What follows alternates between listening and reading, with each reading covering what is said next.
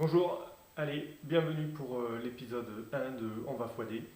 Donc aujourd'hui, je vous propose de traiter la question de la formation en présentiel, c'est mieux. Hein, en gros, c'était mieux avant. Bon, alors si on arrêtait de comparer les choses, ce que je vous propose aujourd'hui. Voilà. Bon, un petit exemple. Alors, hier, nous avons traité de la définition de la compétence. Aujourd'hui, nous allons traiter de l'évaluation des compétences. Prenez vos stylos et notez. Lorsque l'on cherche à évaluer, il faudra différencier la situation professionnelle proposée par le processus de certification du diplôme via la description de l'épreuve de certification et le ou la compétence déployée dans l'activité réelle.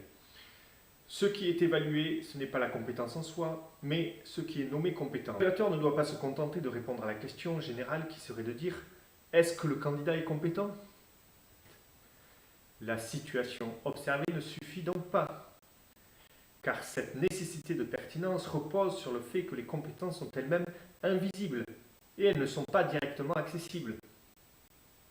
Bon, il y a de fortes chances que ça donne ça. Mais si vous donnez la même consigne à distance, vous avez 3 heures pour lire les 150 pages de ce PDF fabuleux sur l'évaluation des compétences. Il y a aussi de fortes chances que ça donne ça. Ce que je vous propose, en profiter pour innover. D'accord? Donc, on pourrait faire une petite introduction, hein? Comme ça. C'est le 5e là. Qu'est-ce que t'en penses toi? Bof. Bof. Mm. Bon, premier item sur la communication. Favorable ou défavorable? Adapter sa communication aux différents publics, c'est bien. Ouais, bon ça va. Produire des écrits, il a fait. Ouais, non ça va. Ça, on l'a pas vu. Peut-être ça non plus on l'a pas vu, mais il devrait nous fournir des grilles d'entretien. Regarde, on va mettre au milieu. Ouais, on met au milieu. Ouais. Ouais. Bon alors. Participer à la vie de la structure. C'est pas bon. Regarde-moi ce petit bilan, Olivier. Hop, 5 croix sur 9. Ouais. Ça fait la moyenne. Non. C'est bon, je t'avais dit bof, c'est passé. Ouais, c'est moyen, mais en même temps c'est pas ça là, le truc. C'est que là, c'est pas ça. Non, là maintenant on est sur les compétences, donc c'est plus des notes. Donc c'est pas, on n'est pas à compter les croix, Pascal. On doit dire si c'est favorable ou défavorable. Alors là, si je regarde. Et ensuite, pourquoi pas aller explorer la réalité, hein? Donc, je vais demander à mes stagiaires, mes étudiants, d'aller filmer une vraie situation. Donc là, je parle de l'évaluation, je vais leur dire, allez filmer des évaluateurs. Et c'est vraiment une situation paradoxale. Donc ce que je ressens moi, ce que j'ai ressenti en voyant ça, c'est elle sait pas faire. Elle n'est pas dans une posture d'animatrice quand elle est là en tout cas.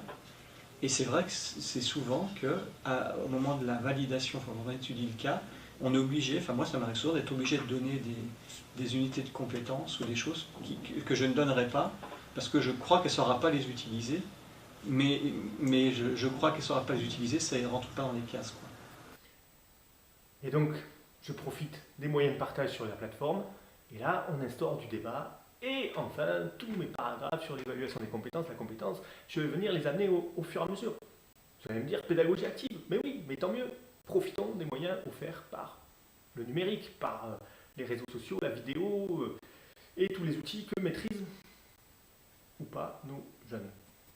Voilà, en plus, à distance, on peut réinterroger, on va s'amuser. Hein, je vous propose un petit wiki. Regardez, comme ça, on fait des petites questions, on alimente, hein, on revient. Et d'ailleurs, à la fin du cours, j'aurai peut-être un indice sur les gens qui ont vraiment participé, parce qu'en général, c'est à la fin des 3 heures, je leur dis, c'est bon, vous avez suivi le cours, vous avez toutes les compétences. Est-ce que j'ai interrogé tout le monde? Là, peut-être que je vais avoir un peu plus d'indices. Alors, ce que je vous propose, c'est à vous d'imaginer, et merci au MOOC e-Learn 2 de l'Université de Lyon. Allez, à vos claviers. Il faut qu'on fasse une petite formation sur le remplissage des grilles de certification. Je crois qu'il faut que tu fasses une formation, Pascal. Alors j'y vais. Ouais, vas-y.